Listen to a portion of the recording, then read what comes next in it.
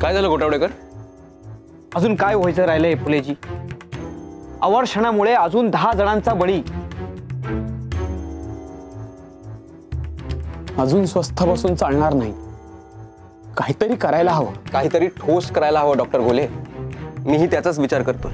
खरं तर आपण समस्या निर्माण झाल्यावर त्यावर पर्याय शोधतो, पण समस्या निर्माणच होऊ नये म्हणून काही पर्याय असतील याचा विचारच करत नाही. पाऊस नाही, पाण्याचा साठा नाही म्हणून ही दुष्काळाची परिस्थिती निर्माण झाली आहे.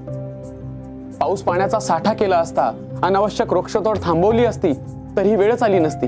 अगदी योग्य बोलताय तुम्ही. आपल्याला लोकांना जागृत आणि प्रोत्साहित करायला हवं. आता लोक हिंमत हरू लागलीत. पण हे सगळं त्यांच्यापर्यंत पोहोचणार कसं? डॉक्टर घोले, कागदाचा एक तुकडा क्रांती घडवू शकतो. आपण त्यांच्यासाठी एक मासिक सुरू करूयात. पण ते त्यांना समजेल? आपण जास्तीत जास्त चित्ररूपात त्यांच्यापर्यंत ही माहिती देऊ, म्हणजे त्यांना जास्त चांगलं समजेल. आणि वेळ प्रसंगी आपण प्रत्यक्ष जाऊन त्यांना प्रात्यक्षिक करून दाखवू. हो, पण या मासिकातील मजकूर काय असेल? पावसाचे पाणी साठवायचे कसे, अडवायचे कसे, बांध, बंधारे, विहिरी कशा बांधायच्या, या सगळ्याची माहिती देऊ आपण मासिकात. डॉक्टर, तुमच्याशी बोलताना एक गोष्ट मला अगदी प्रकर्षाने जाणवली. तुम्ही डॉक्टर जरी असलात तरी तुमचं शेतीविषयीचं ज्ञान अगदी अचूक आणि आधुनिक. शेतीविषयीचा तुमचा अभ्यास लगेच दिसून येतो. डॉक्टर, मजकुराची जबाबदारी तुमची.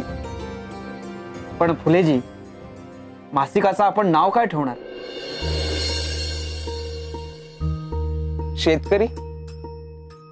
शेतकरी? हो, शेतकरी हे नाव मला योग्य वाटतं. आपण ज्या लोकांसाठी हे काम करतो आहोत त्यांच्याच नावाने मासिक सुरू करूया. हरकत नाही. चालेल. पूर्ण एपिसोड पाहण्यासाठी आत्ताच डाउनलोड करा अल्ट्रा झकास मराठी OTT ॲप.